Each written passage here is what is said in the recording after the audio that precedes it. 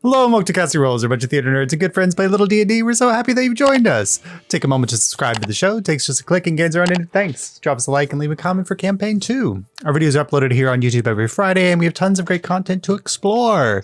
We are down at Jace for the evening, but without further ado, let's go ahead and start the show.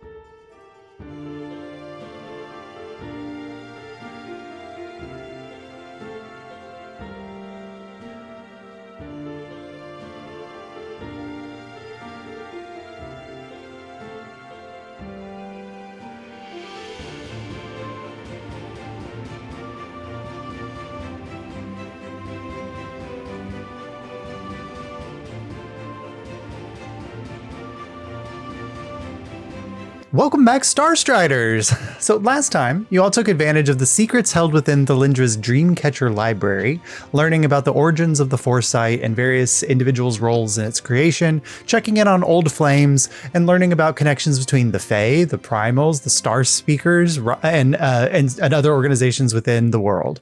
Ravik experienced a certain understanding of his own connection in his visions of where his power comes from. He saw the coiled mass of the Ouroboros covered in eyes and recognizes his own magic isn't coming from the married source, but is coming directly from something older, more ancient, and somewhat more terrifying as a warlock of the Great Old One. As this information registers, Starstriders, as the morning dawns, what would you like to do? Wait, do I finally remove my final level of exhaustion? Yay! Yeah, you technically Yay. did. She's not sleepy anymore. Oh my If god. only I could do that. Technically that happened last session, we just forgot to say it. Yeah. So we slept in the library. So we're waking up in the library next. No, you all had a long rest before the library. Yes. Because you were awoken like just we're before waiting dawn till by the morning in yeah. the library. Well, so Okay. the time has switched over. At the very end of the last session, you guys felt that like transference of location to where you're now back in High Wall, and it is dawn again, and the dagger is sleep, and the heart is back in control here. And to recap, to fix the world seed, we're gonna have to go fix the devil. Devil problem in the realm. Yeah. Do you see? I learned the difference between demons and devils last campaign. Yeah. Okay, I did. I learned. Yeah, okay, and so the devils are with the dwarves. The devils are in the dwarven area. Okay. All right. I'm locked in. Okay. Yeah. Ravik, how are you feeling after coming to this realization? That's crazy. Your sound not work. You're muted, Ronnie.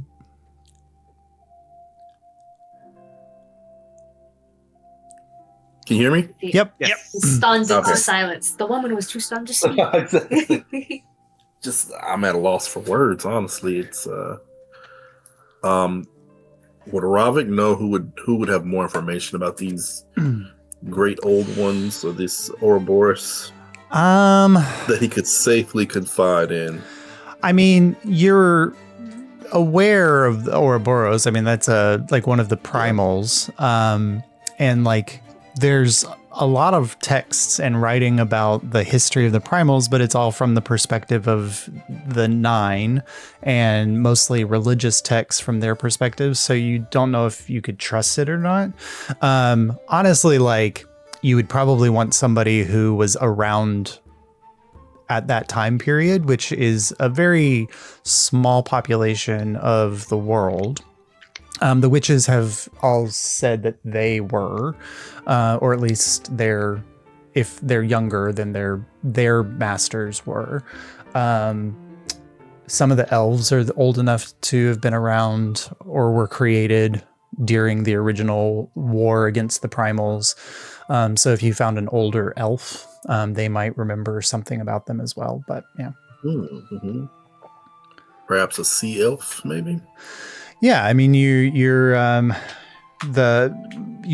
Morrisand, when you saw her in the vision, looked older than Thalindra. And so her retinue may be, if you have a sea elf in Morrisand's retinue, or I don't think your mom was that old, so she probably wouldn't be, but maybe somebody that your mom is connected to potentially from her growing up in Azalor. So if I were to do a little investigation here in the library, could I find someone's dream catcher who might have some memories? Yeah, so the problem with the Dreamcatcher library is you have to know the person you're looking for to access the Dreamcatchers. You can't just say like, I need a person who does this. All right. I'll take it under advisement and file it away. Maybe I can get someone if we do some traveling who could help me out with understanding some of the origins of the great old ones. So, okay, all right. Yeah. As you're all sitting in the library, you suddenly hear the large double doors at the end of the library open, and walking in. We weren't supposed to be in here. Walking in a robe, her hair like in a bun at the back of her head, like not dressed up or gussied up in any way, with like a steaming cup of tea in her hands, going to drink it. Thalindra walks in and looks up. Yuna?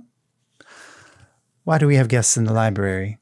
And Yuna goes, well, you promised them protection from the hunt, and they were, you see, protected from the hunt, but their chambers were assaulted by your guest friend, the Prince of Frost, and so I brought them to the only place that I knew where that protection from the deal that you made could still be held, and because they would no longer be safe from the hunt. And Thalindra kind of drinks her tea and then looks at each of you. Well, would you like some tea then? Oh, I think we're about to head out if that's all right. Oh. We've very much enjoyed our stay. You look beautiful this morning. Thank you so much for being so hospitable to us. Yes. I kind of look at all of you. The doors of the library are open. The Prince of Frost may find his way inside. Oh. And so we are going to get out of here before he realizes we're out of here. He's already left the building. I think he did not get what he was looking for and left quite early. But please, if you feel the need to go, you are fairly far away from home. Do you have means to travel? Do we have means to travel? Back at the... Reminds me where this one lets out, like where we're at currently. So you are probably about half a day's journey from the temple, where the Bonnie's cart is at the temple.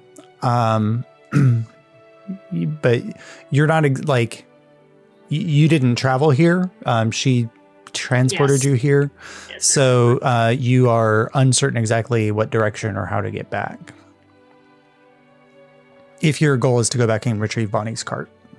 Yeah, we need that. Absolutely. I mean, yeah. Go ahead, Robert.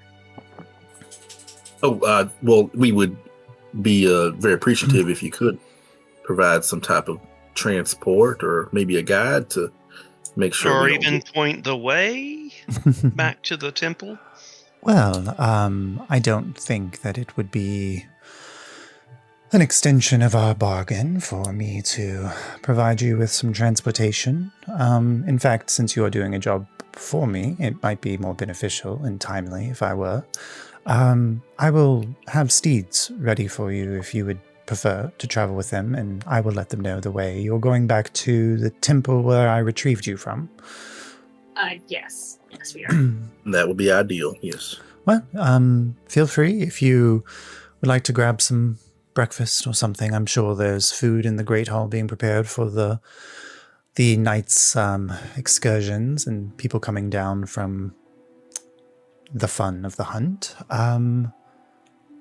Yes, please, just leave the library rather quickly. Oh, right, then off we go. Yep, absolutely. I like when we're passing Yona, if she doesn't come with us, I'm like, thank you. Yuna looks at Thalindra, and is kind of looking at Thalindra like, do you have anything that I need to do? And as Thalindra kind of sits down in this large overstuffed chair and like summons a random dream catcher from the ceiling down to her, like she's going to watch like her morning shows with her tea. Thalindra says, Yuna, do make sure that they safely get to the front entrance of the mansion, please. And Yuna says, oh, of course, yes. Can I ask you, would Ravik know enough to know if it's safe to ask Thalindra about these great old ones? Is that setting myself up for a... you can make an insight check. potential entanglement? Can I make a Insight? perception check, Josh, about the Dreamcatcher that Thalindra is deciding to watch, and see if it's one that any of the ones that we watched the previous night? Sure. Yeah, you can make a perception check. Ooh, that's a good one. 24, natural 20 for a 24. Oh, natural 20. Okay, I don't roll twice, but So you know enough from conversation that asking her a question isn't necessarily a problem. It's whether or not she gives information to you freely or if she tries to bargain with you for that information. That's where the danger comes in. Asking the question wouldn't be a danger.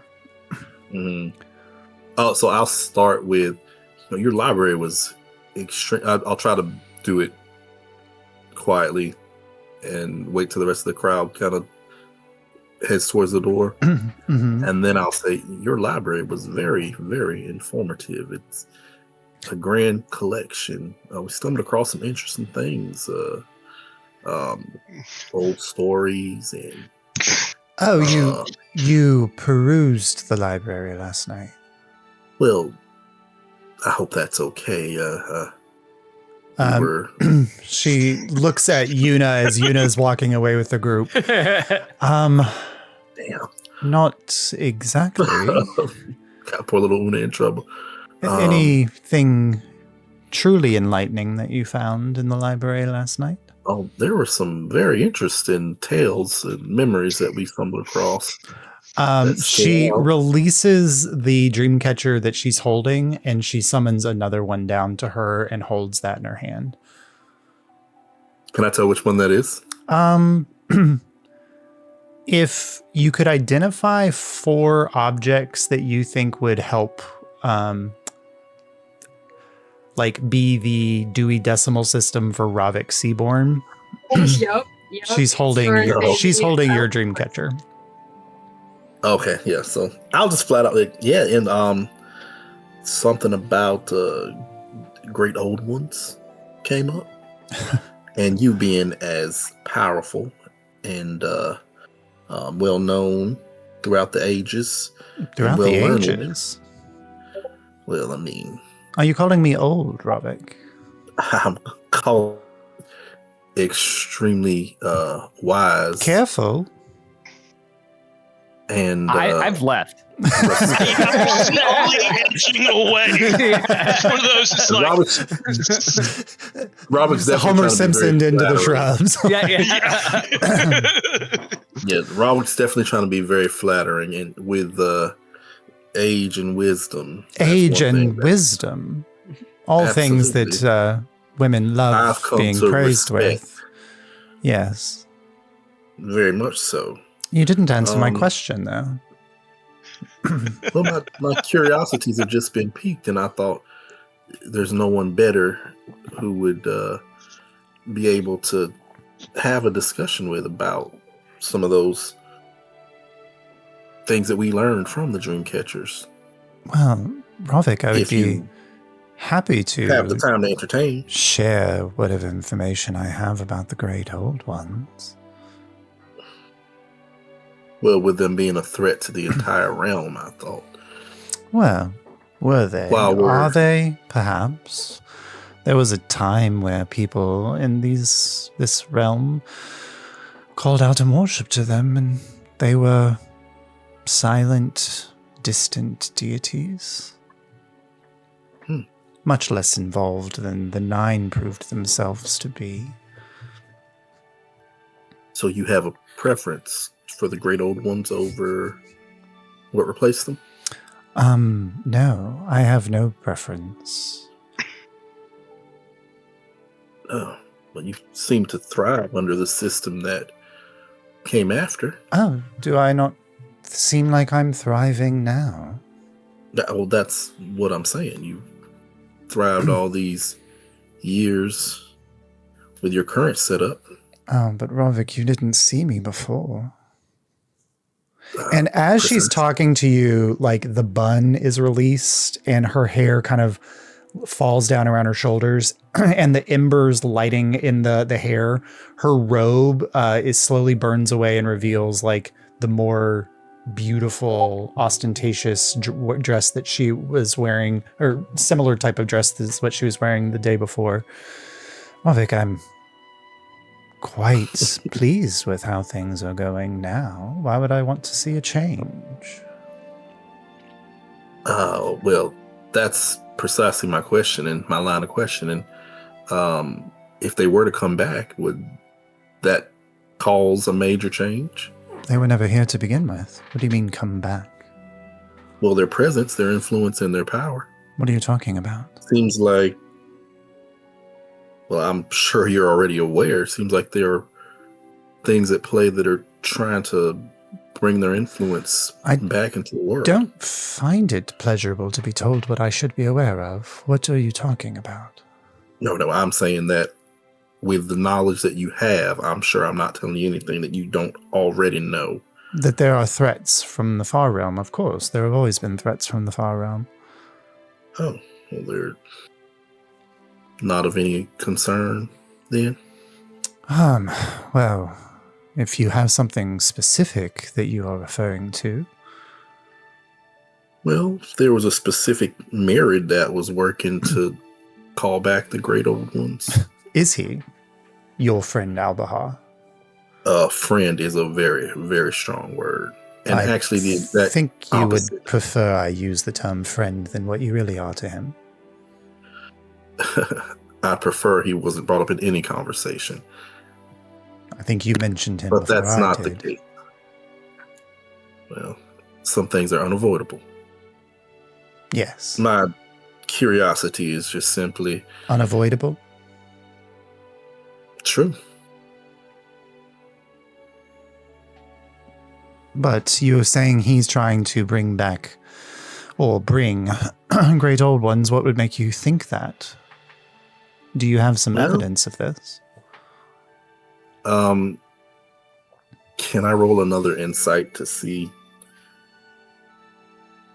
What are you trying to see? if she seems upset by the idea, or if this would like turn her to be more violent towards the idea of my connection through Albahar. Sure, you can make an insight check. Oh, Lordy. You got this, buddy. Can I Be make a so deception? insightful. No, I'm trying. Well, you're trying to insight her, so she would be deceiving or persuading. No, that's if I'm just joking. Okay. 23. Yeah, she is. What you read from her is interest. You don't necessarily Interest, not like- get a positive or negative read from it. It's Okay. just she's interested in what you're saying. But also, like, with a 23, she has a lot of confidence, but you have said something where she is not aware. And the only time that any connection to this, like the Star Speakers and the Great Old Ones, appeared in that you saw, appeared in the Dreamcatchers, that it was that one random dude's memories that Bonnie saw. Mm-hmm. And the closer they got to any kind of truth about their situation, the more muddled and disjointed their memories became. So if this is how she's gathering information, there's a space that's blacked out. Lucky told you last night that when he spoke to the space between the stars, that the space between the stars could see everything that was happening in Illyria except for what was happening with the star speakers.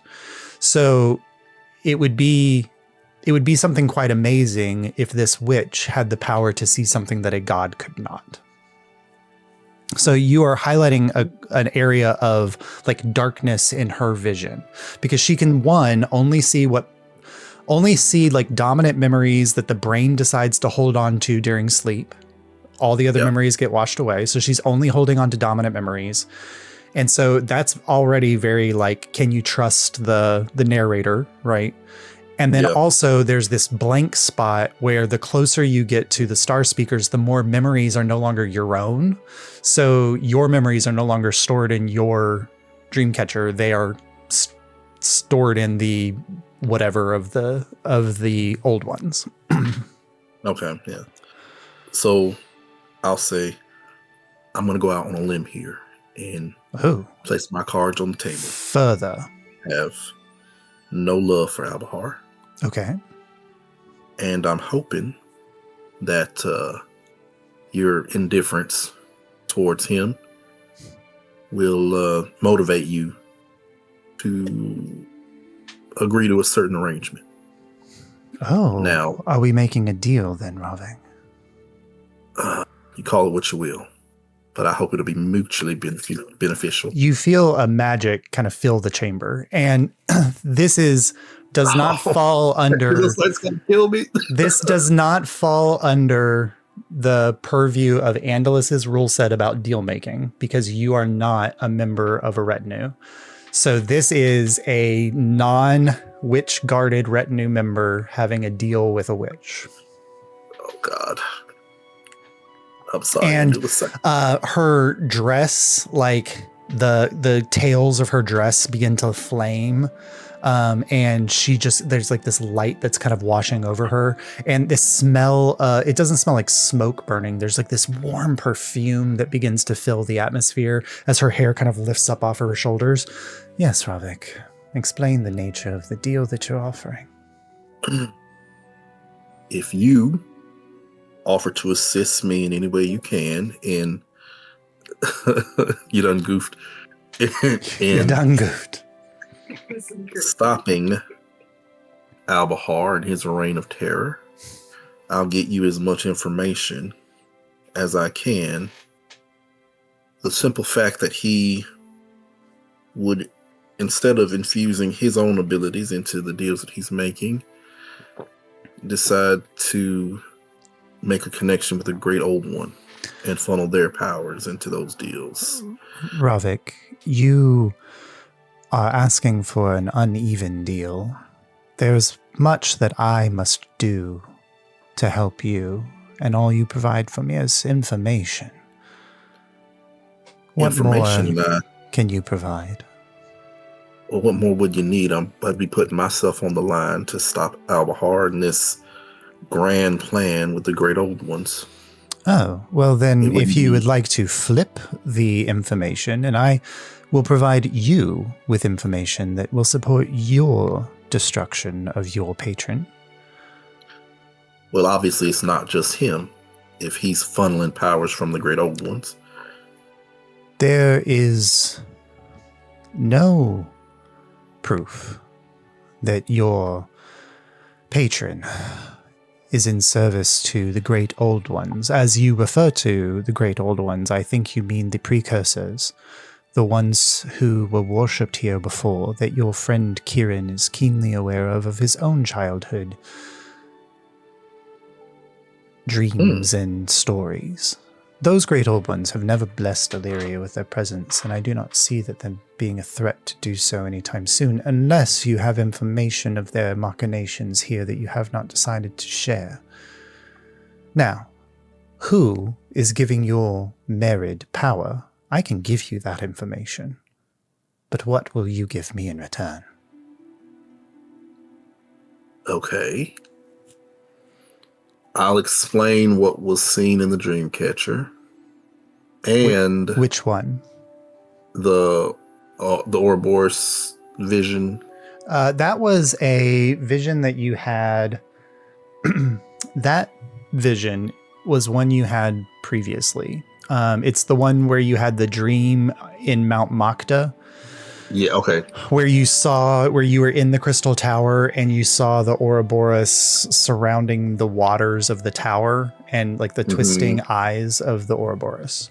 And like that was like the first hint because you were connecting with your powers as a warlock in that vision.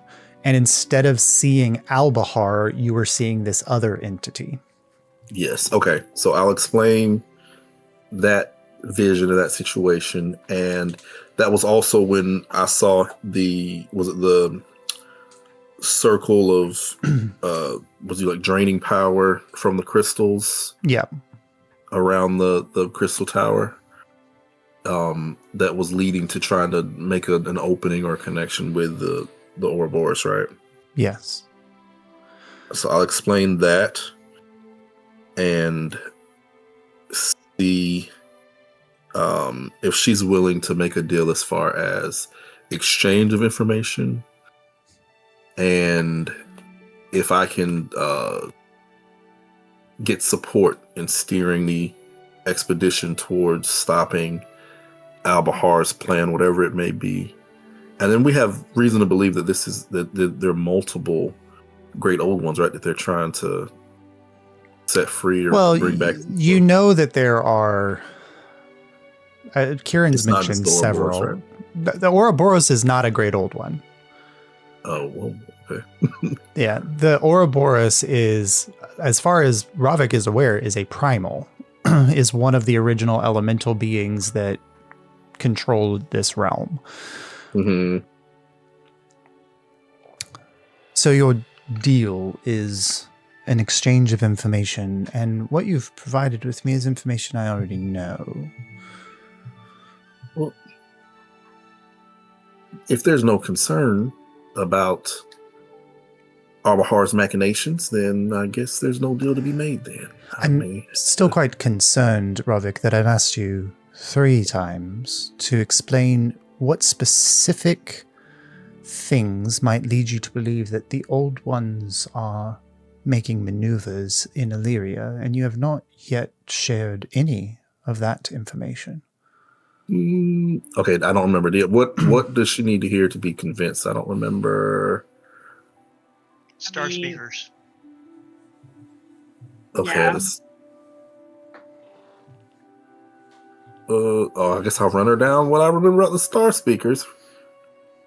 A cult in Illyria.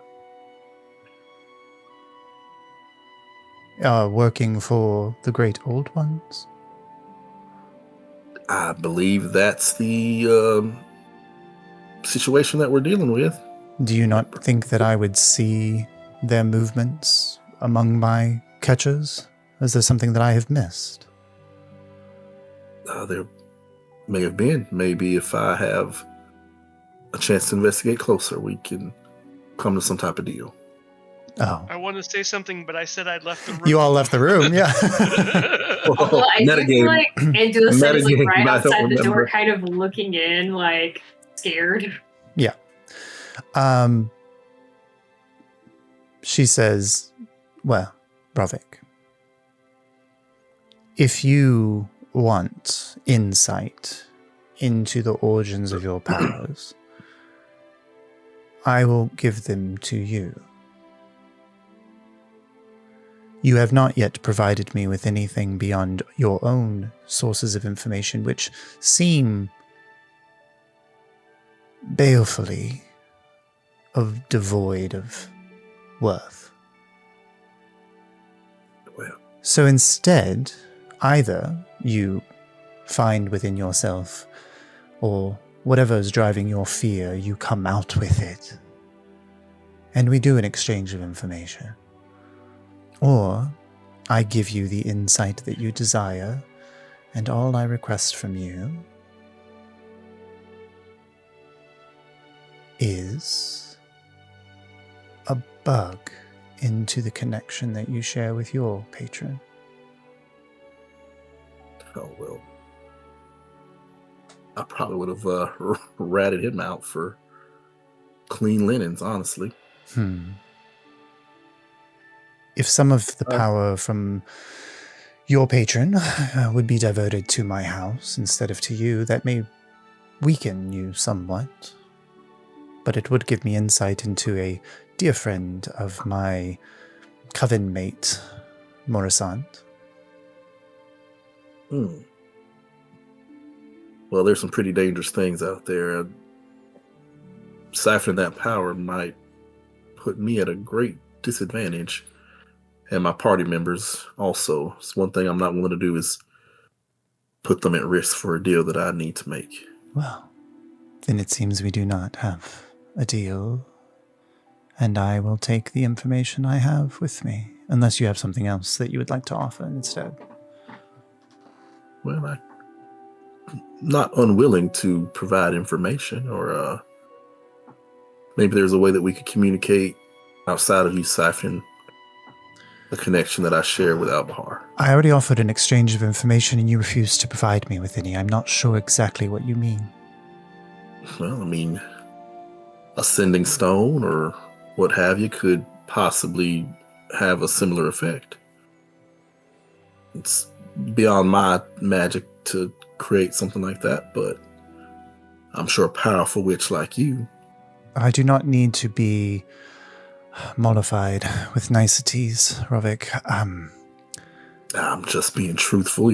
Your friend Andalusite knows how to reach me. If you come upon information you would like to share, then I will do a simple deal with you. You give me proof that the old ones are working here, and I will tell you what I know about your master and the source of his power. With Andalusite as an intermediary. Well, you do not know how to can contact me. I do not believe you have the magical capability of doing so, but your friend Andalusite does. He's not going to be very happy about this. Well, you stepped into the deal-making with a witch without advice. Those are the grounds within we walk. Well, I guess we'll be in touch then. I appreciate your attentions. Well, The door like opens a little bit more, and like Bonnie like kind of pokes her head like back in from like the rest of the group. yeah, and you, like she sits back down in the chair, and like her visage changes back to that like just woke up look, and she says, "Rovik, next time, don't get a girl's hopes up early in the morning unless you're going to provide something quite tasty. You may go."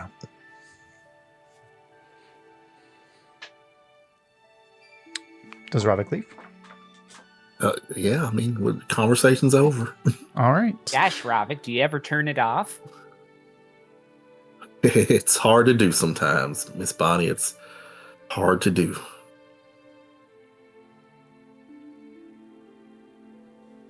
I rolled a 4, by the way, Josh. For Oh yeah, perception so you're not checks. I sure. didn't see You're not shit. sure. And she did release that one and grab Rovik's, which she did not put back Rovik. So you can assume that her morning is going to be learning a little bit more about you. Yeah, I mean, it's already there. Nothing you can do to Mm-hmm. stop it, right? Una said as you come out of the room to the chamber, did you make a deal with Thalindra? We were trying to make a deal with Thalindra? Nah, he No, was just no. flirting. Not No, I exactly. don't. Both of those things are bad.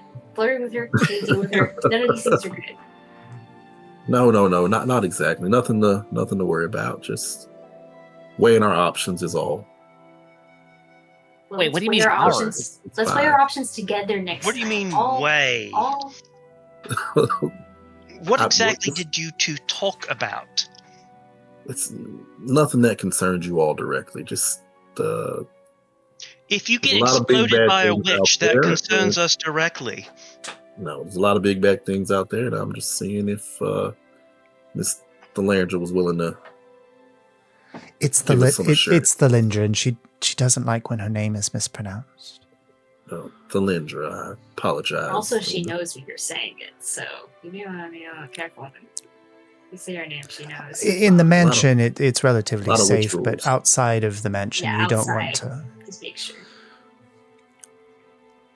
Yeah, we're just friendly conversation is all. It just like narrows his eyes at you.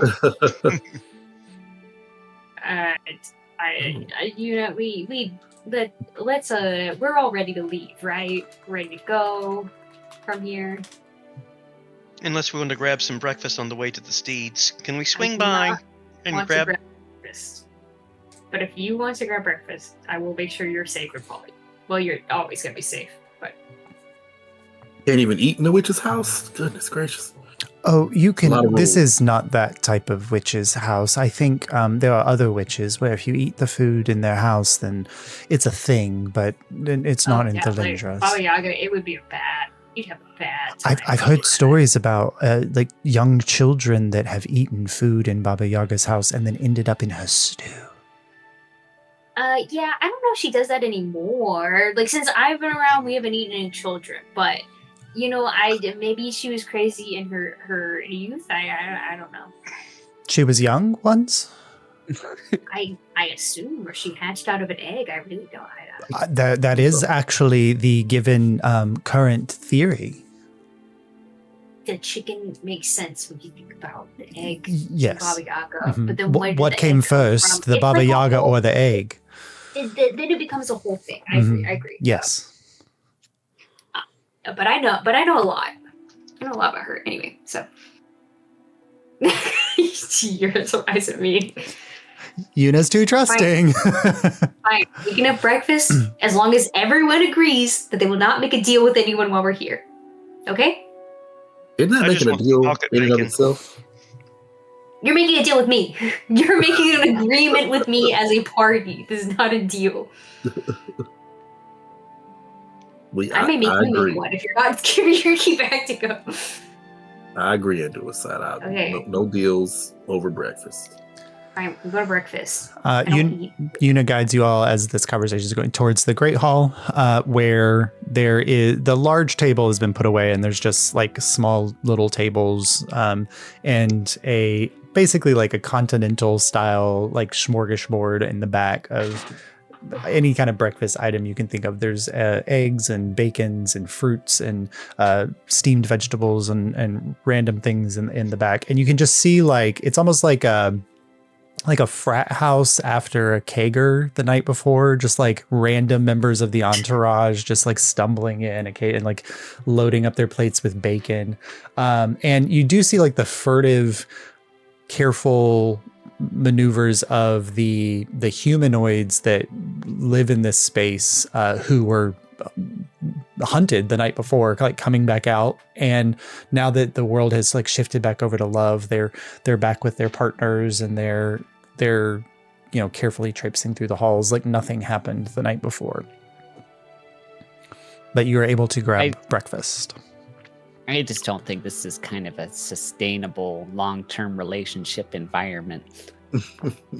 Bonnie, what gave you that idea? I'm so curious.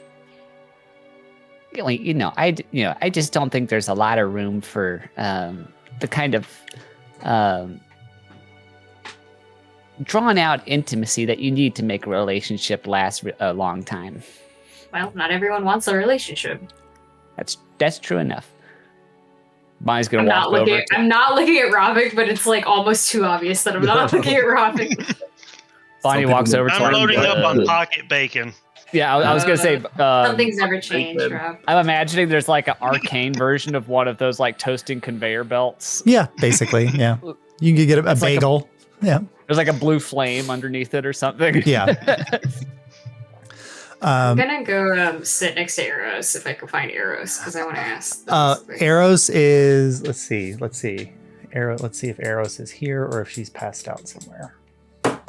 Hey Ronnie, Survey good luck says- with that. Good luck with that kitsune while we're here. By the way, As you're where you're looking for the kitsune, you're for Ryoshi. I would How assume. the night was. How the night was. For So Andalusite, as you're looking around, you do see like in the back wearing the fantasy equivalent of shades, like she has like a hangover, and drinking like a very strong cup of coffee and a plate of very greasy food, you see Eros sitting alone. Her twin is not present. Like Nemesis isn't there, and she's just kind of eating by herself. Ravik, you don't see Ryoshi in the chamber. The less trouble, the better for that man. I'm gonna go sit next to Eros for a second. Well, I'm like, all right, everyone go have breakfast. I don't eat. Goodbye. And I'm gonna sit next to Eros. Oh, and Dulasite, what a pleasure first thing in the morning. Yes. Oh, do you want some hangover cure stuff? I think I have something. Oh no, this is purely for show. And she lifts the sunglasses up and puts it on her head. How are you? Oh, I'm pretty good. I had like a weird question for you, if that's okay. Is it something that falls under my speciality? Yeah, I guess so. Are you in love with someone then? I don't know. It's like weird, but I was reminded of them last night, and so I've just been thinking about them. Something again, happened lately. last night that reminded you of an old flame? No, it's just he's like totally flustered. Don't be shy, Andulazite. This is a I safe am not space. shy. Tell me all the dirty I've never been secrets. shy. It's just I had someone in my past who I was close to, and I'm wondering at what point you should like pursue something, or you should just like put it out of your mind. Like, what do you think? Is it one of your party members? Is it Rovik? No, God. Well, I mean, no, absolutely not him. Not like that. I don't think he's interested in me like that. I don't think so. Is Rovik interested in me? And you? Let's talk about Rovik. Why are we talking about Rovik? Sorry. I came here for advice for me. Sorry, okay, yes, you. So it's not somebody that's currently present in your everyday? No. How are you going to reconnect with them then? I mean, I could send them a sending spell, Oh. but that might be kind of awkward. Out of nowhere, right? You've never done that Hit them up. before. That's not like a standard way of communication. Did you once send them a message and they left you without a response? No, they kind of just left in general, but I knew they were going to leave, so... I very much hate it when you send someone a message and you know that they heard the message and they do not respond. Yeah, I overthink that a lot. I'm like, did I word it weird? Is it I didn't put enough exclamation marks at the end? 3 is like too eager, and yes. 1 is like too formal, Yes. and 2 is like, what is that? And don't use a period. The period, it's so formal, but No, it's like yeah, you're saying okay. fuck you. You have to always an exclamation point. If you could Right, smile yes. at the end, we need the ability to do that. We need to be able to smile at the end of messages. I didn't think you'd understand me so fully, but I really understand everything you're saying. I am an Angelusite, something you should know about me. I'm an empath. You're in the path? What No, did you say? You're standing in the path? I'm an empath. Okay. Yes, I can channel your you're emotions empathetic. and no, beyond that, I'm an empath. How is that different from being empathetic? It's a lot to get into. It's such a whole thing. I've got a book I could share with you. This is like me as a millennial trying to talk to Gen Z. I was going to say, this sounds like the 2 white women that were at Bespoke this morning. I don't know who you're talking about. That could be anyone. It's giving. It's giving. Okay. Yes. Sorry, yes. Andulasite. Yes. Okay. So so you could like feel my feelings maybe and see if like what I'm feeling is that. Yes. So when was the last time you spoke to this individual? Like a few years ago. Oh no, then it's too late. Oh, it's too. But if I but I saw them in like a vision-y thing. You spied on them last night. Would that count? Would you like to hear that from them? No. No. Okay, well then they may not like to, so there's a couple ways that you could approach this Angelusite. You could just suddenly start sending them just messages. Actually, here's what I like to do. This is my favorite maneuver. Okay. What I like to do. Okay, so imagine, right? You're just sitting there minding your business, going about your normal everyday, and you get a message from someone that you haven't spoken to in a couple years, but it's like, don't forget the coffee. So the message is like, wait, we haven't spoken in 2 years. Why would I not forget the coffee? And then when they respond, you just say, oh, so sorry. I meant it for someone else. Oh my goodness. I think you're a genius. Because then it opens the lines of communication without them thinking that you were thinking about them. And implying that you're having a new connection and putting the pressure on them. Yes. This is some next level stuff. I might have to start. I'm nothing if not next level Endulacite. Okay. Well, I may try that, and I'll let you know how it goes. Good. I expect a full report. Okay. Sure, next time I see you. Actually, so like the lines are always open in Endulacite. Spend your spell slots on me. Don't forget the coffee, right? Yeah, you may hear from me. Clever. All right, I'm gonna walk away now. Really quickly. She puts the sunglasses back down, and then like that, like I'm hungover look kind of drops back over her. Yeah. Mm-hmm. I'm obsessed with her. I can't I'm waiting to find out that okay. those are like sunglasses of stamina or something like that. Like they're like, yeah. That's the hangover here. I come over to like stand beside Ravik, and I'm like, don't talk to Eros. I think she's obsessed with you. Oh, goodness gracious. So many witchy rules. Okay, I'll take it into consideration. No, I think that's some kind of regular type thing. You hear a voice behind you, Endulacite. Oh, Eros is into Ravik. Is she? Who is that? And you turn, and Ryoshi is standing behind you and Ryoshi. Ravik. Avatar Kyoshi. Avatar Kyoshi, yeah. Ryoshi. Oh, hello. Good morning. Hello. How was your night? Well, it was underwhelming. I didn't get to eat your heart. Oh, well, I was wondering if you were still interested in that. Okay, well. Maybe next time. Maybe not. Yes. Maybe not. If you decide to go along with Thalindra's deal, then perhaps we'll be allies, and then I won't have to eat your heart. Well, not eating hearts would be preferable, but I don't know if there are any deals to be made. Yes, you are our ally, and you cannot eat Ravik's heart. I can't. Now? I narrow my eyes at her. I feel like I'm in this conversation and I shouldn't be. Maybe I should go. No, Endulacite. Go talk, and it feels like I know something happens, and then I have to pretend like I didn't know that thing happened, and so. There are those who say two's company and three's a crowd, but I myself love an audience.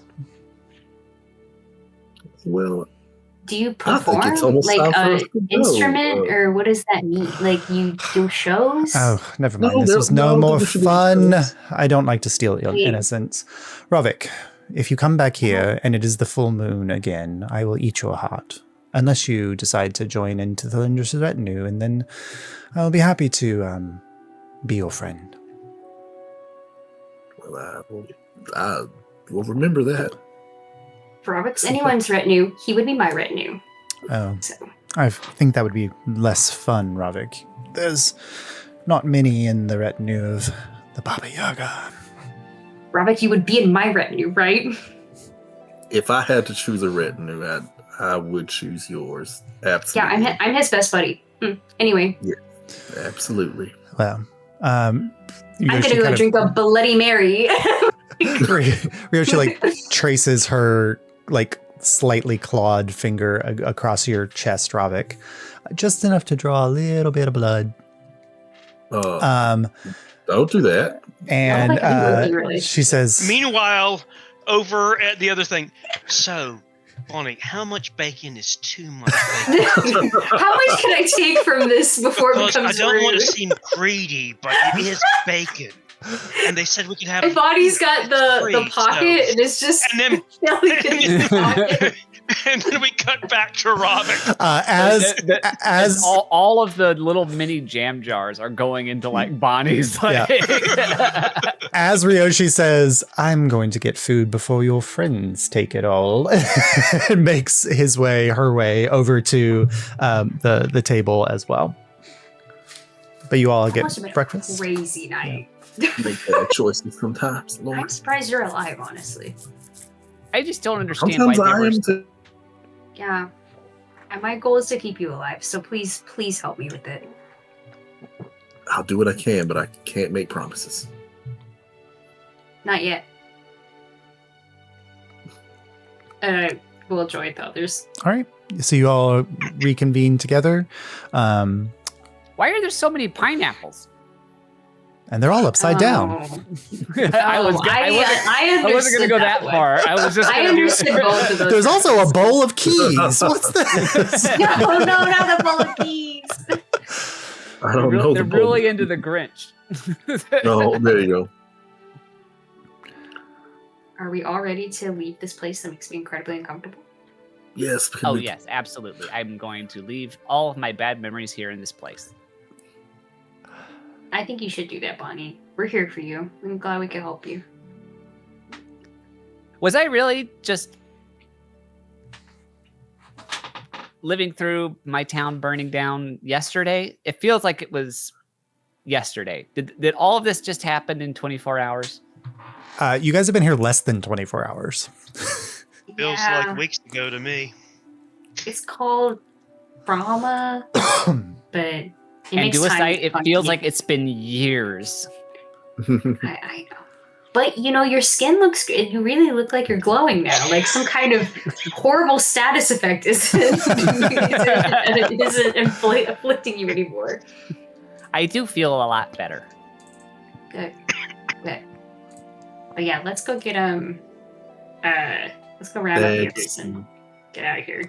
So Okay. we got like Hopefully Bolt the and dead then still aren't rising. everyone. Huh? Hopefully the dead won't rise again. Ugh. We could be so lucky. Yeah. All right. So as you all gather your things, Yuna guides you to the front entrance, and it's like a massive foyer, like 2 stories tall. So the doors here are like 20 feet tall. And as she approaches, there's just a small cutout door in the bottom that opens, like so that the massive doors. So she kind of opens the door and walks you all through, and you walk out for the first time in 24 hours out into the sun dappled expanse of her gardens, and you can see them descending down from the mansion slope. Hedges, beautiful like tulips and rose bushes and trees that are flowering, and the sounds of birds and a gentle wind rustling through and carrying the fragrance. And then like that extends for a while in your vision, and then beyond that is just the like rocky scree of mountain slopes. Like this is a cutout of space and time within high wall. And sitting out front of the building, there are 5 More than that, oh, sorry. because we Yes, have Bolton and 8. Enzel and There are 8. And Vigil. Yeah. There are 8 horse-sized rabbits with wings. Oh wow. And each has a saddle on the back.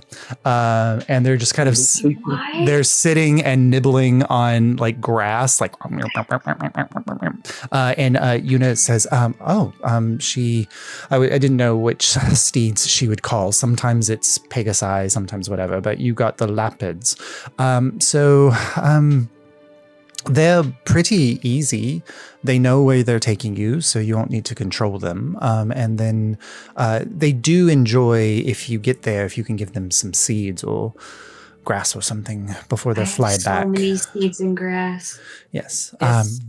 feels. How does Bonnie feel about these? I was about to say. It's not like the same. You're totally different than that. Look at that guy. I look into one of their eyes for a sign of intelligence, or if it's the same like vacant gaze that like a horse has when they like stare back at you. It's like there's not a lot. There's like they're like horse eyes. Like it's looking like into like a bunny's eyes instead of a herring god. You know, like herring god are they're cute, but that's about it. Yeah. As you look at them, the one that's there just kind of like turns to you and just like bites on your jerkin a little bit, like, and then goes back to the grass. I give them a carrot. It immediately like as the carrot disappears into their gullet. I want to talk to Yuna before we go. Okay. She's standing there at the front door. Like now that she's outside, like with the idea that anybody could see her, she's standing kind of like she is the apprentice of a witch. She's holding herself very tall. Mm-hmm. Hi. I'm sorry we didn't really, like, I was really rude to you when we first got here. I don't get to talk to other apprentices a lot, so. You're the first that I've interacted with. We haven't had a coven meeting, so since I became a member, you're the first that I've ever interacted with as well. As I hope that the others are all as nice as you. Oh, I'm glad. Thanks. I don't think they will be. I know a few of them for sure aren't, but maybe we can make a different kind of coven when we became coven heads. Oh, do you know when you're going to be taking over for yours? No, I really haven't talked to Baba Yaga about it yet, but I'm not in like a super rush, but I think Baba Yaga would like you. Oh, she terrifies me. So, sure. She loves jokes. She like, that's really funny. Something I'm really bad at. Oh, maybe some mushrooms. Do you know anything about mushrooms? Like the good kind? Yeah. Oh, well, both. She all kind. Sometimes not the good kind. I don't know why she likes to eat those, but. Well, I do. I mean, she's not human. She's not human, right? So she. Oh yeah, no, I definitely not. Okay. I hope to maybe one day we'll have a coven meeting and we'll see each other there. Yeah. If you need anything, just message me or something. Well, once you finish the task, you're taking me to the Feywild still? Yeah, that's gonna be awesome. Okay. Very crazy, I'm sure, but definitely. And you didn't go when you did yours. I think I'm like some kind of like special French case. Dottie's not. I look at her. Dottie's not normal. So. Dottie like looks at you. Neither are you. You know, but you're extraordinary. Oh, okay. I didn't. Yeah. That seemed like it. I don't know. I said it wrong. Yeah. Yuna says, "Well, do you think that I should look in the dawn, or should I look in the dusk, or should I look in the in between spaces?" You strike me as someone who's a dawn familiar. I think Thalindra's was a dusk, and I feel like she would be disappointed if I didn't do what she did. But I don't. The dusk kind of scares me a little bit. You gotta be your own person to an extent. Okay. They're only supposed to impart teachings on you. You know, I think at least. That's how your relationship is with the Baba Yaga. It's complicated, but you know. Anyway, have a good rest of your day. Okay. I'm gonna go fly on this rabbit now. It's a very comfortable, very, very ride. The Pegasi would have been a worse choice. Oh yeah, I know horses. Don't call them horses. Oh, okay. Yeah. Oh, how soft is this rabbit, Josh? You go, and it is like just the velvetiniest softness. Oh. Mm-hmm. This is, guys. I think this was worth it. Okay. No. All right. So do you all climb aboard the Lapids? No. I wish. Mount up. These are rental Lapids. They're rental Lapids. Okay. So names. Yeah. So we're going to you. Yeah, sure they do. Yuna doesn't tell you what their names are. So we're going to do a little like montage sequence here. So there's no dangers at all in the travels aboard the Lapids. You're also not traveling that far. You are surprised immediately at their speed, because once they're in the air, their wings are these kind of massive, like double jointed wings. They're not like a single bird joint wings. And so they have this kind of like lap up and then this flaring of wing, and they fly out really high, coast quickly. You get to around just below the cloud cover, and there's not a lot of clouds, just like partial cloudy, and occasionally a shadow of a cloud will pass overhead. But they keep you in a space where you're not struggling to breathe, and it's not too cold in the air, and their fur is soft, and the saddles are comfortable. And so the travel back to pick up the cart is not difficult, and is safe and easy enough. From there, you all can take the transporter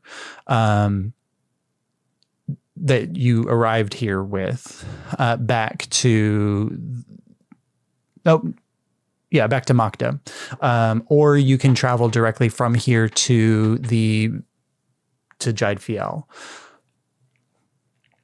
We need to pick up Jathias. Oh, yeah, little guy. Okay.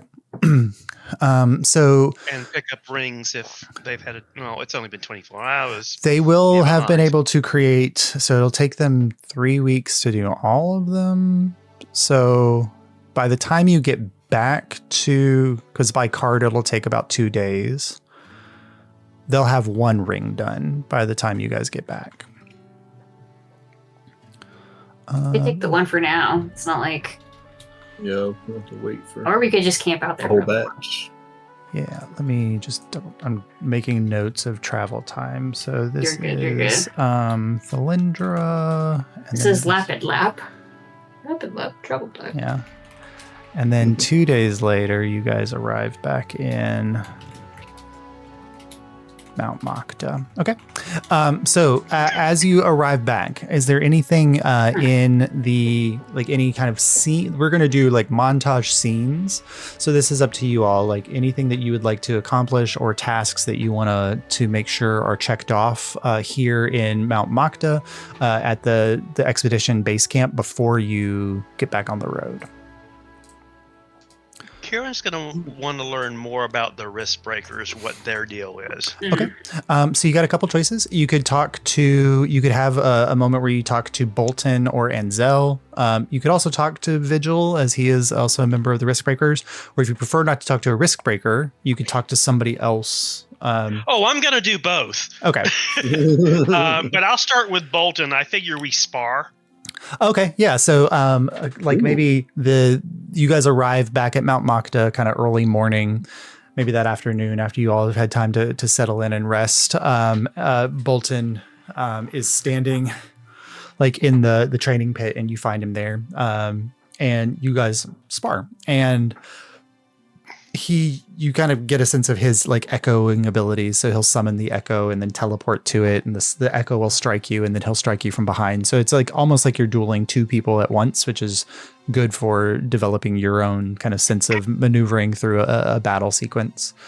But as you come to the end of the sparring, and he's kind of like stretching out sore muscles, he's there for whatever kind of conversation that you're interested in having with him. So, risk breakers. What exactly? Pretend I'm not from around here. And it's not pretend, because I am not from around here. I was going to say I didn't think that you were actually from here, and that was relatively confirmed. Risk breakers. Well, where you're from, does your government have people it turns to gather information or to sneak into spaces to enforce the laws, but not like everyday watchmen or guards? Well trained, usually magical in some way, can sneak into an area, go undetected. Does your government have anything like that? No, we're ruled by the merchant lords. We don't have government per se. Might makes right. My father's quite powerful, but yes, we do have people like that. But generally, it's more for sabotage of the other families or trying to glean an advantage for a deal. If you know where someone's shipping something, that you can either cut them off or know what the pricing's of the market's going to do. So, spies, basically. Yes. In my experience, corporate intrigue and governmental intrigue aren't too far removed from one another. Wherever there's power, there's will to try to wield it in some way. You could probably imagine that the risk breakers are very similar in such a way, except that I answer to once a king and now to a governmental oversight from the Hall of Voices. So rather than being in service to those with the most coin, we are trying to be in service to those with political power. The most power. Yes. And hopefully doing the right thing. Although, depending on who wields the power, it's hard to know sometimes which way they're pointing your sword. Interesting. Are you looking to... And which way is your sword pointed right now? Right now, we are here to make sure that the expedition... or the crew of the Foresight are safe. We're keeping an eye on information from the local surrounding area. The main reason Enzel and I are here, as you met us, is to try to capture the one that was responsible for the murder of the late Archbishop. Clearly failed in that and have lost track of the trail of that particular murderer. So... for now, we are just kind of fulfilling our business here until the Foresight returns back to Enavir, and we can try to catch where Tyrell Demwalla has gone to from here. You overheard everything in the library. So what do you think of the Foresight making a giant rune to seal forever away the world? Is that part of your sword? That is not my sword. We have often had to clean up the messes of those who guide us in one way or another. Be real. 10 years ago, I worked with a group of what would have potentially been called traitors by many, and are now seen as the saviors of the whole world in many ways. And I did find it within myself to turn against my duty for a time to serve a greater calling. I think it is within my power to see if the direction I'm getting is moving in a direction that is not in the service of people, but is in the service of one person. And to do something different. I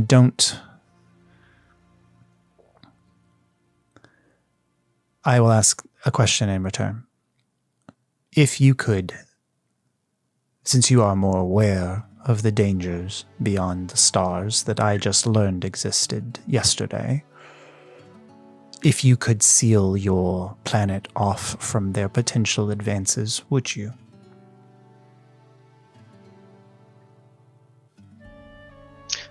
First of all, it wouldn't be my call. My father would never go for it. Because money is more important than lives? He is a merchant lord. You have to understand, it's not about the money, although that is part of the game. But part of it is being free to go wherever one wants. Well, and to meet new and interesting people and take financial advantage of them, sure. But but there is, and with my family, as maddening a man as he is, it is family tradition that in your youth you have to go off and do something extraordinary somewhere else to make your mark upon the worlds. Well, no Illyrian, with maybe one exception, has ever traveled to worlds beyond ours. Other planes of existence, sure, but they, as far as I understand the cosmology of things, all exist within the local effect of our planet. The millions of people who live here are unaware that there are other places that exist. Their religion has told them since the dawn of all that this is the only world, that this was the world created by the gods. I think closing us off to outside influence would not damage the wandering spirits of the average Illyrian. Now, I think that it may impact your ability to bring your friends or family here, or to escape yourself. I would point out one flaw in the theory that they're working under. They're thinking that their arcane magics, made by humans and elves, can stand up to something that is beyond fathoming, that even your gods were afraid of. Could your god have broken through this rune that has been created? Now you're asking That me. is a question for you to think about, because are we truly sealing ourselves away to protect us, or are we putting ourselves in a more vulnerable state? And if the Star Seekers are part of, well, what they seem to be in other places, you're just locking everybody in the asylum with the inmates. Well, you are highlighting something about me that I don't know enough about. Arcane magics has never been my strong suit, and I spent much of the last 2 decades of my life keeping a very close eye on those who wield arcane magic, and in fact hunting a former member of the Violet Conclave who was wielding arcane magics in a way that was quite destructive. I do not trust wizards. I will say one other thing as well. The person I saw in the dream espousing the advantages of the rune was the same one trying to summon and standing in the middle of the circle with the person you're hunting, trying to summon the primals. I heard that in your story yesterday, and it bothers me. But we do not know who that person is.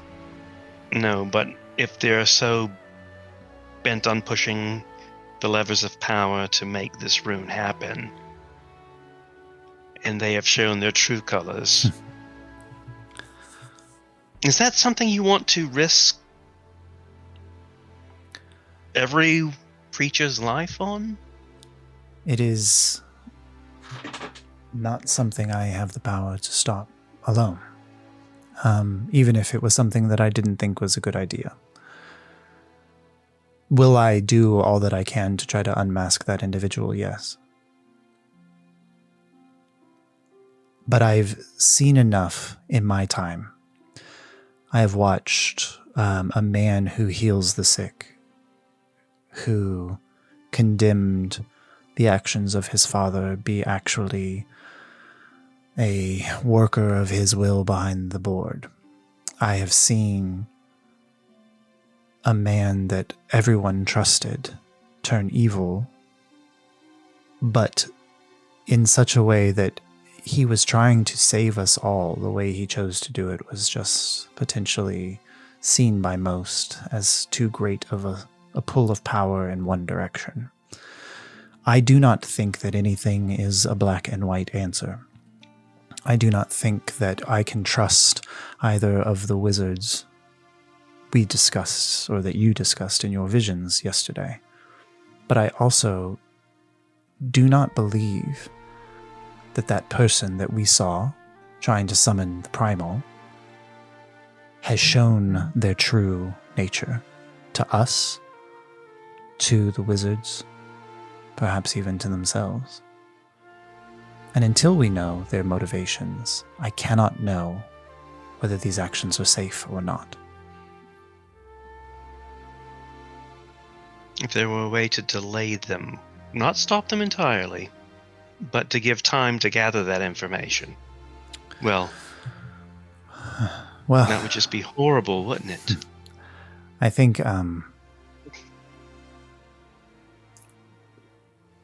make a persuasion check as he is contemplating. That is a natural 18 plus persuasion plus 5. Wow. So that's a 23. 23. Okay. It is not enough to get Bolton Kuhn, who is, a 50-year-old man who has been doing this for 30 years, to switch sides immediately. I'm not wanting him to switch sides. It's someone who has seen the world for what it is and the risk of blind faith to start asking the right questions. And if the right answers come back, that's great. But if the wrong answers come back, is good enough to try and do something about it. So what that persuasion gets you, it will be this from him. I hope that you do not see my reticence to commit to action as a misunderstanding of the truth of how the world works. I do not trust anyone, Mr. Rifton. Least of all, you, your friends, those two wizards.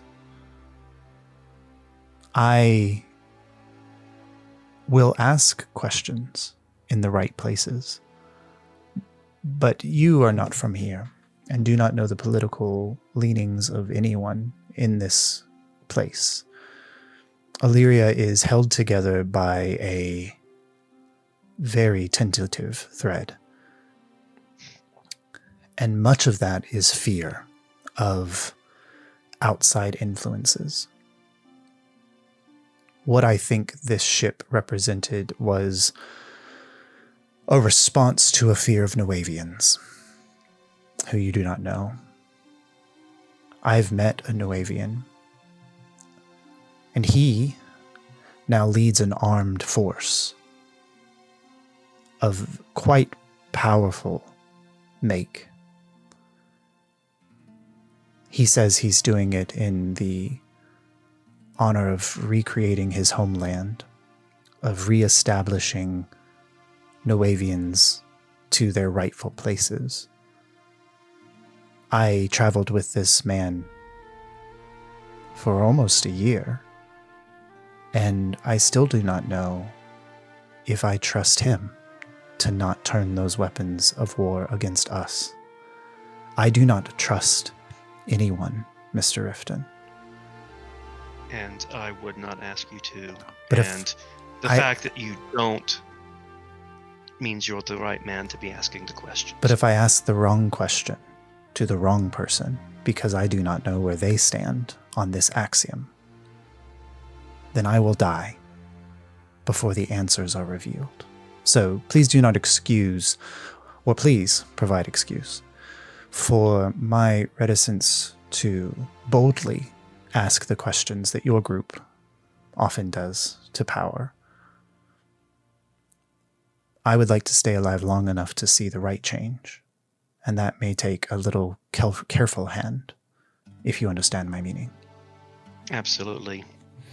My father's most effective factor is a man you would never look at twice. It seems to be just a servant in the mansion. Yes. And that is partly why Enzel and myself appear as bodyguards. We are just hired swords, as far as anyone here is concerned. Speaking of swords, shall we cross blades one more time? Absolutely. And God, I love him. I still love him so much. Bolton talked more about it. Cranky and suspicious as hell, and that's the right person to be. Talked more about Abel than he did Jury, so didn't mention He Jerry doesn't at all. want to. He doesn't want to say that he does trust a person. He can't. He can't admit that. Also, Yeah. he doesn't trust Jerry with everything. I mean, Jerry's. Yeah. Look at him. Who Bolton reminds me of, did you ever see the movie I, Robot? Yeah. James Cromwell's character. Yeah. Now I that can't is a very believe good question. Mhm. Abel with the armed force or the fucking Warforged or Lightforged. No. So It's that's different. yeah. I don't know So if that's been established. Well, So the not mention that they They mentioned made it. in the dreams was Dawn Treader said Abioye and his dragon's horde. Yeah. But Yeah. you guys What? don't know what that is. Bolton. Yeah, but this is the first mention of being like has an armored force. Mhm. An armed force. I don't think we've heard that. Yeah. That's crazy. Anyway, I don't know who that is. Yeah, you guys don't know who Abel. It feels like doesn't know who that is. And you know, and Bolton didn't name Abel Abioye. He just said somebody that he No. traveled with. Yep, somebody you travel with. I don't yeah. know who that guy traveled with. Ace Yeah. does. Ace does. But Kieran, I think it makes sense for you to make an insight check on Bolton as in terms of that conversation.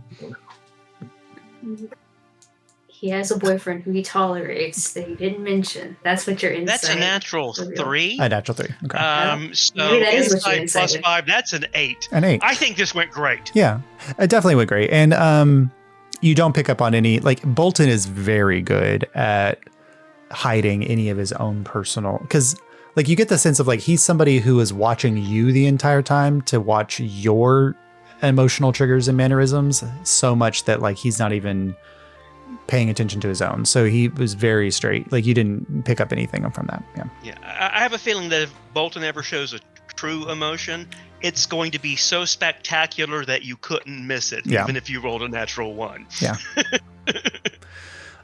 Yeah, he's very restrained. All right. Any other things that you guys want to take care of here before you begin to make your journey to Jaid Fjell? Is Harold in town or is he with the scouting party? Let's see, because you guys sent the scouts, or the scouts were going out when you left, but that was 3 days ago. Let's see how far they've gone.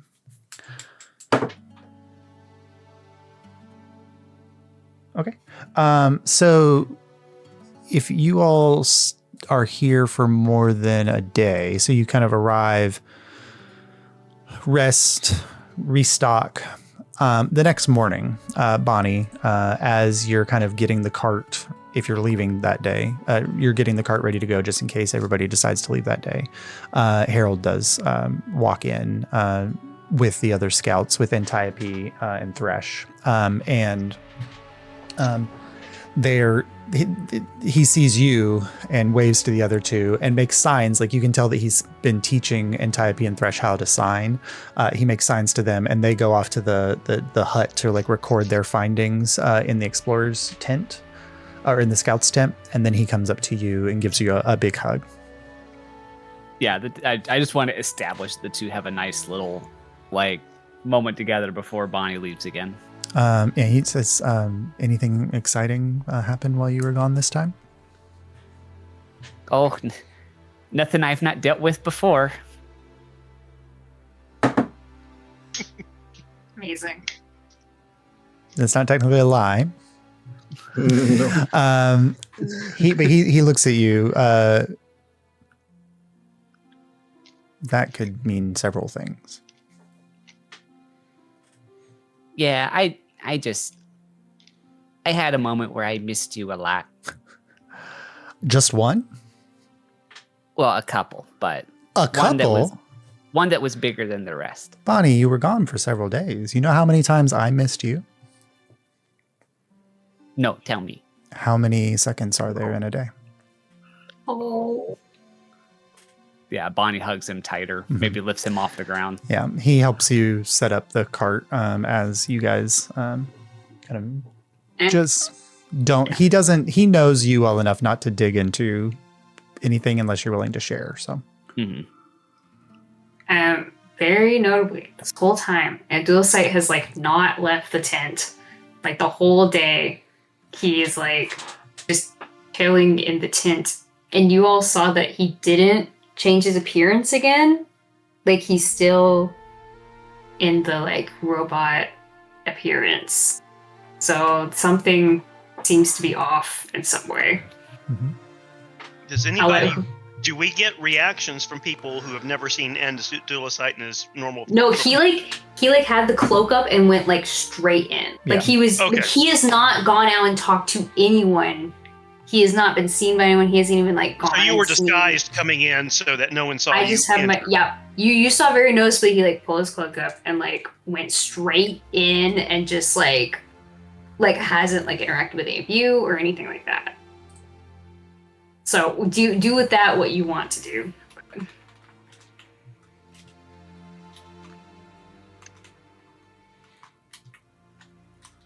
Anybody else? Actions? No one cares. Nobody's. No, just kidding. No, I rolled an 8. I rolled to see if I would notice. And Yeah, actually, let me it was- see.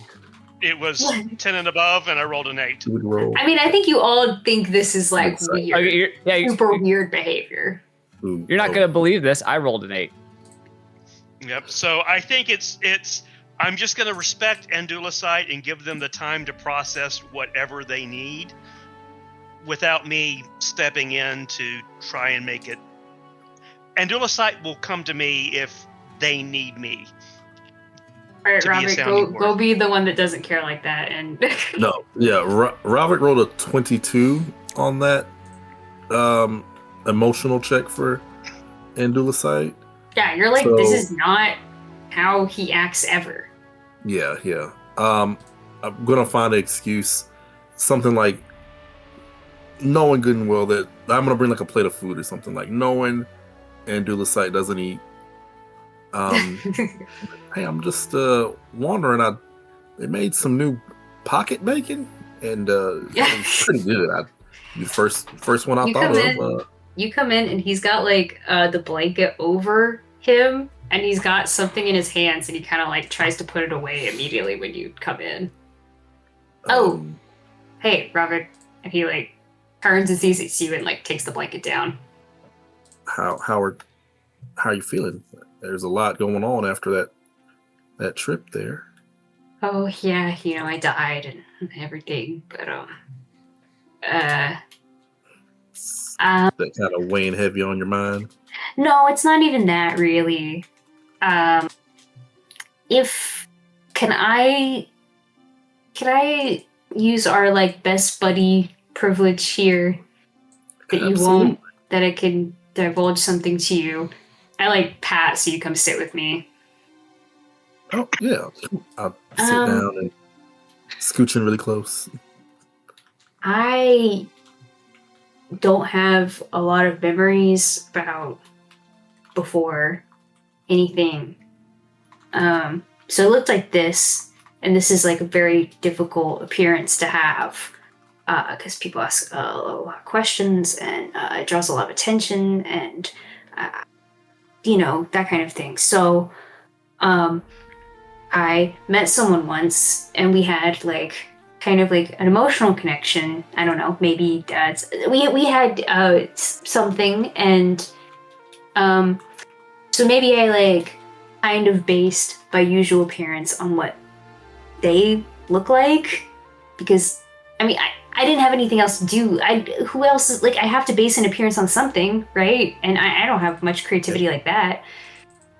Well, that's not. Well, how do you make a face if you've never had a face that's not this?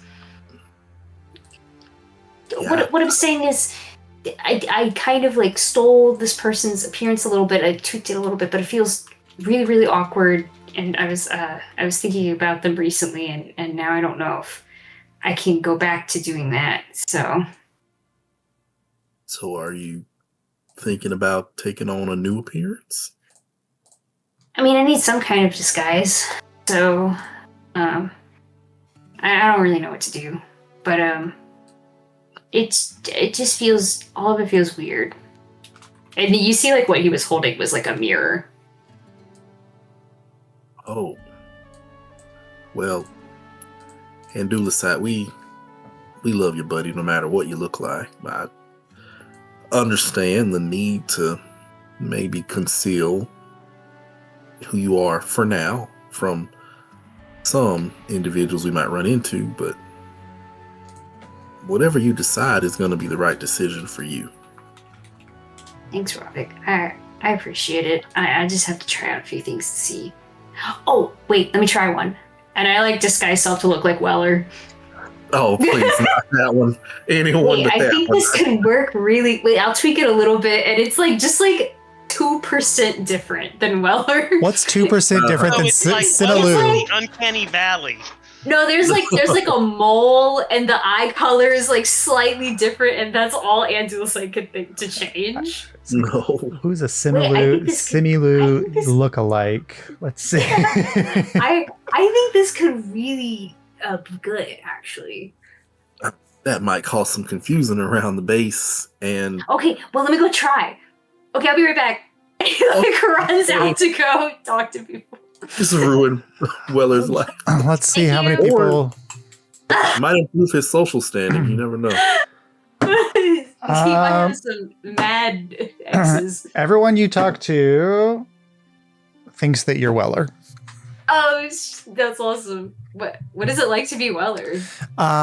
So for the most part, like people are very respectful to you as like, I like because that. you're a wizard in the enchanters or whatever, and they don't want to piss you off because most people don't understand how wizards work and they don't you know, but you also get the sense of like, no one is like talks to you friendly. Like it's not like like it's everyone is just like is kind to you, everyone is respectful to you, but it's not like there's no familiarity Like in any of the warmness to conversations it, you have. sure, Yeah. sure. Mhm. Okay, I go and I like burst into the place him in. Was my best friend not Yara? I was Shara. trying to say Yara. Shara. Yeah. I burst into there and I'm like, oh my god. I'm like in tears, crying randomly. Well, I'm so sorry. Shara turns around. He looks like Weller. Like for a second, Shara's looking at you, and then you I'm see sorry. like her eyes flash, and then she kind of comes back and she's like, "Oh, you're not Wella." No, I don't want to be Weller. Everyone's so respectful, but they don't care. Why do you look like my brother?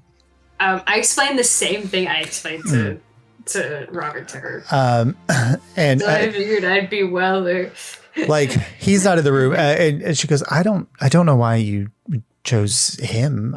He is, I mean, we're twins, so I assume like whatever. But Wait, you think I should be you? no. So Okay, I can do that. No, She's like, no. no. Endulosite. Oh, okay. What's wrong with the appearance that you chose before? He gets like super awkward, and then he like kind of retreads that, like tells that as well. So it's kind of awkward. And Why do you feel the need to base your appearance off others? I can't think what I would want to look like. I don't know what that would be.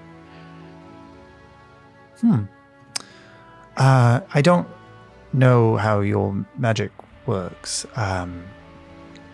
but when I use disguise self, unless I am actively trying to look like someone else, like sometimes I look like is that weird wizard lady with always has the glass of wine. Oh my god! You look like her sometimes. Sometimes No I've just tried it out, right? I just tried it out. But anyway, It could be both of them. No. That's probably probably a good way to die. Great. But normally when I use disguise self, I don't think about it. I just allow it to change me. And depending on my emotional state or depending on where my mind is, it looks different every time. You are consciously making choices about who you would like to transform. Have you ever cast the spell just because? No, that's not how you cast spells. Sure it is. Here. No, you have a purpose when you cast a spell. She casts Dispel Magic, your form fades, and you're back to normal. That's probably good. And she takes your hands. Okay. Okay, just say the words with me. And she begins to say the chant of the magical words that bring about disguise self. And you utter them with her. And she's like, don't think about it. Just look in my eyes. Did you eat anything good for dinner yesterday? No, I've just decided I don't eat now. Okay, you don't eat. That's fine. And she keeps saying the spell. And then like you can feel like the runic structure kind of drawing in the air as you both are casting the spell. And she's like, what's your favorite smell? Coriander. Okay, and she keeps saying the spell and she's going da-da-da-da-da. That's so awkward. Okay, yeah. Oh, that's okay. That's fine. And then you say the No, last it's word of the good for spell everything. and it releases. And suddenly Shara is standing in front of you and she is like a taller because she's about a half a foot taller than her version. And she's got like a full beard and ruggedly like a handsome, like it's almost like she pulled a little bit of Sage and a little bit of Bolton and also a little bit of like Anzel in there. And it's like these three people all kind of merge together to form something new. And Why she are you looks so up, hot? I was thinking about dinner. And for some reason, every time I think about dinner, like, I don't know, Bolton Coon comes to mind when I think about what I like to eat. So Oh, he's like old. I don't know about that. some people, I don't know how old he is, but some. Yeah, I wonder what kind of freak would think that. Age is just a number, Dulasite. But she's. I don't know how old I am. I'm probably already Yeah, up she says, I wonder what you were thinking about, and she holds up her mirror. What does she see? I think that he kind of looks like more like the people from the last vision with the Dreamcatcher that we had in the that area. And I think he's like almost like sunburned across the face, like someone who works outside. And he's got like multicolored eyes, like they either shift or they're like two different colors. And then I think his hair is actually like two like it's short to the shoulders and then it has like two short braids that are like in some kind of arrangement that he's got like feathers and like things stuck in them. And he looks younger than the appearance he's been putting on. I wonder where that came from. I don't know. I've never met this person. Well, it's you, if you want it to be. Yeah, I think that might be nice. Better than being your brother. Probably. Please don't be well. Everyone again. was being. It was like really sad. I think maybe I should be nicer to him. Well, he's made it difficult for himself, but I know that he is also quite lonely, other than me. But he's always struggled to make friends. I'll be his friend. Oh, you okay?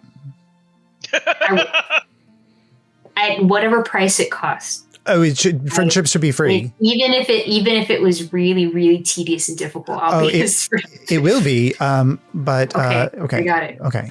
Well, you don't have to start today, but I'm gonna start today. And he okay. goes. All right. Also, someone who's never seen before. Yeah. He goes and finds all of you first, and he's like, "Look at me. And you I look like this now." Oh, Is it your I do site? look good. Yeah. Look amazing. This is this fits into the site perfectly. Yeah. The- Shara helped me with it. Awesome. The only question I have is how do we explain the new you to everyone? Magic. And I just do this and I walk away. And Weller, Right then, off we go. It makes it so simple. magic. Yeah. Tell them Enigma did it. Enigma cursed The me. magic of theater. Make a It charisma just check. works. We'll see how Okay. how close you can get to Weller's friendship. Oh, wait. I can use my daily 10 to roll a 10 with my stopwatch. Yep. I think I have I don't remember my charisma is. I think I have a 0 charisma. So I get a 10, I'm pretty sure. A 10. I mean, I think you don't, I mean, you're not like, oh, we're going to be friends now. Like, but what you do discover is that all of the stuff that you've like Weller's bluster is covering a great well of insecurity. And with a 10 today, you get enough of that where like he lets down his guard enough for you to see a little bit of the real Weller, who's somebody who is very interested in other people. And he keeps asking you questions once the guard comes down, because he talks only about himself for the most part. But then he starts asking you questions. And he starts by wondering, like, why did you decide to change your appearance? Like he's, or using a different appearance and all this. And he's asking you these things. And you get a sense of like, with time, this is how he begins to open doors to other people.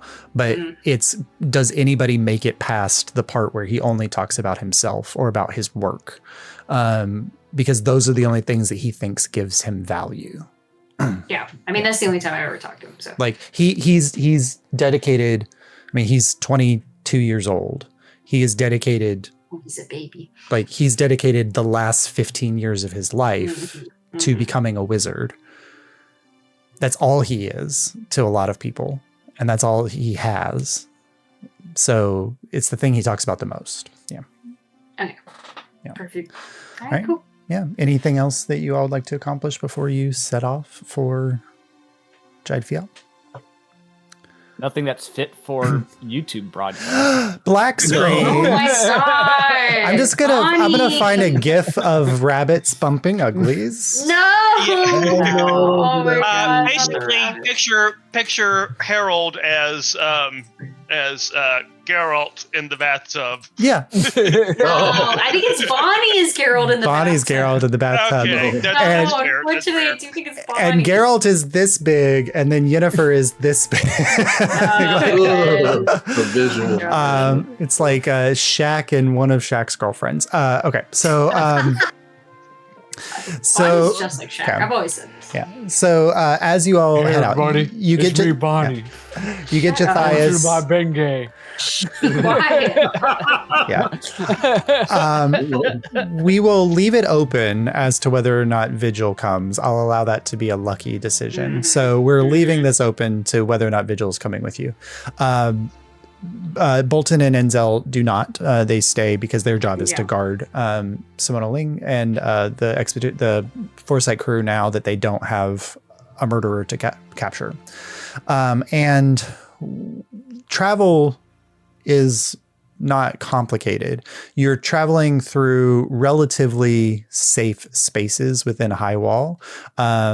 You're traveling on areas where Windaborn often travels. You're traveling in areas where the centaurs go back and forth. So there's not a huge threat of outside influences. It's just time. So over the course of the next 4 days, you guys are out on the road.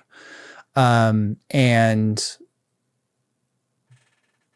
what we can do is when Jace comes back is we can do some backtracking. So over the course of the next week, if you think of like, here's a moment that I would like to have with Lucky, or here's a moment I would like to have with Bonnie, we can kind of come back and play that next week at the beginning. But we will leave you with this. So after 4 days of travel, you bed down for an evening, and the kind of halfway through the third day, you started to smell like the distant smell of smoke on the horizon, like maybe a forest fire, or it doesn't smell like campfire. It smells like a kind of wildfire type thing. And it was just kind of faintly in the wind anytime the wind was blowing from the northwest in your direction. But halfway through the fourth day, that smoke smell is constant, and there's an acridness to it that is like, this is not just simply like trees burning in a forest. It's also everywhere. This can't be whatever. And you come across the first of the fire fields. you come over a ridge, and looking down beneath you, you see out of like copses of trees, out of like little ravines between rock hills, you see the stretching tendrils of those vines that were in the forests when you first came to Highwall. And they're slithering and moving across the ground, moving in a direction towards the mountain range that you've been traveling towards this entire time. And they are running into a wall of fire, like dug into a trench. And as they burn over it, the fire, clearly magical in origin, will latch onto one of the vines and then race down the vine all the way to its origin. And then once it gets into the shadow, the fire cuts away, and then the vine kind of dies off for a minute, and another vine comes in and replaces it. So whoever's building these fire lines is fighting kind of this war of attrition against these vines. And that's the smoke that's rising off of it, this kind of acrid smoke. And the sky is dull red, reflected under these hanging clouds of smoke everywhere. And you just see people kind of off in the distance on either side of the trenches shoveling soil.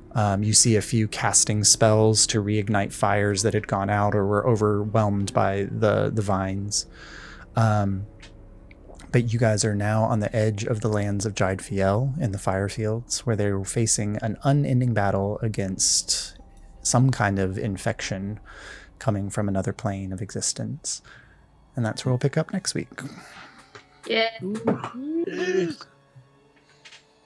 So it's 4 days of travel to Makta, or to... I can finally read my book.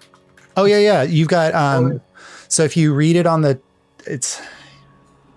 How it's you have 24 hours? You have to read 24 hours. Is it 12 or 24? I can't remember. 24. It's 24 over the course of a week. Because I probably could have read some on the Eagle trip. You can have... Not the Eagle trip. Why did I say the Eagles like we were in Lord of the Rings? Yeah. The buddies. Because Why we didn't just fly the rabbits to Catfield? You could have, but you had to go back and get Jathias. Arrive at Jaid Fjell. So... You could, because of Andulusite only having to sleep 4 hours a night, and technically you're not having to drive the cart. Yeah. You could have read the entire book in that time. Yeah. Wisdom. I'm so wise. So you can. I did learn a lot. You can add a +1 to your wisdom. But you guys are now on the edge of Jaid Fjell, where your goal is to figure out the devil issue and solve the devil issue, return a lost Jathias stone home, and understand why his father would have abandoned him in the Nine Hells.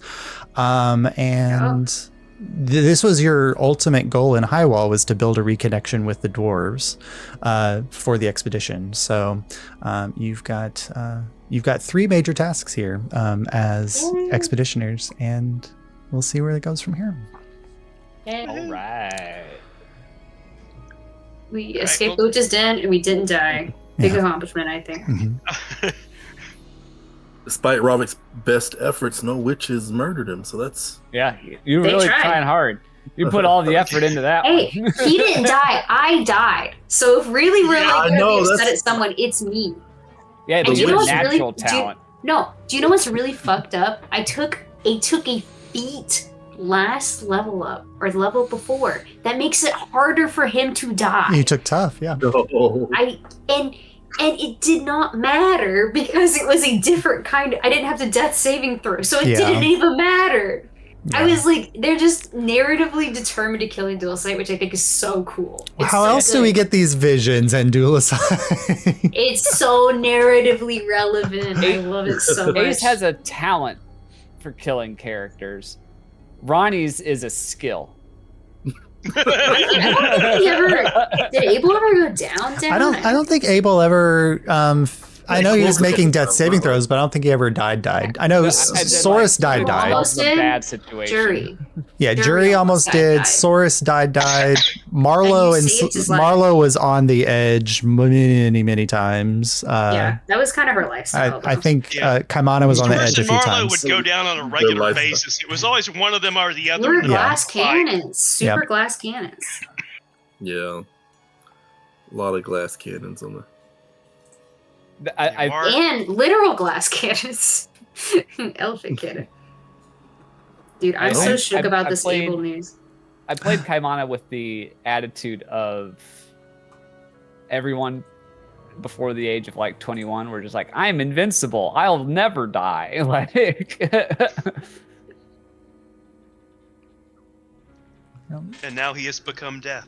Now he has become The death. destroyer of Now he worlds. is. Yeah, one of you has to die, otherwise we're never gonna get our Kaimana crossover. Don't worry, I'm working on it. Apparently, See you're that putting the effort fucking in. I'm working on And it. you know who would be the most delighted to see him? It would be a duocyte. So I mean, Oh.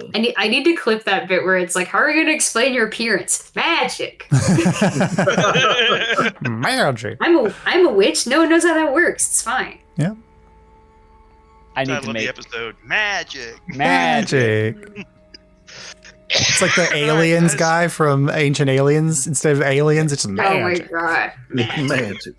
So true. All right. I'm gonna go see my Yep. wife now. So. See y'all next You week. saw your wife or Bye. something. Say hello.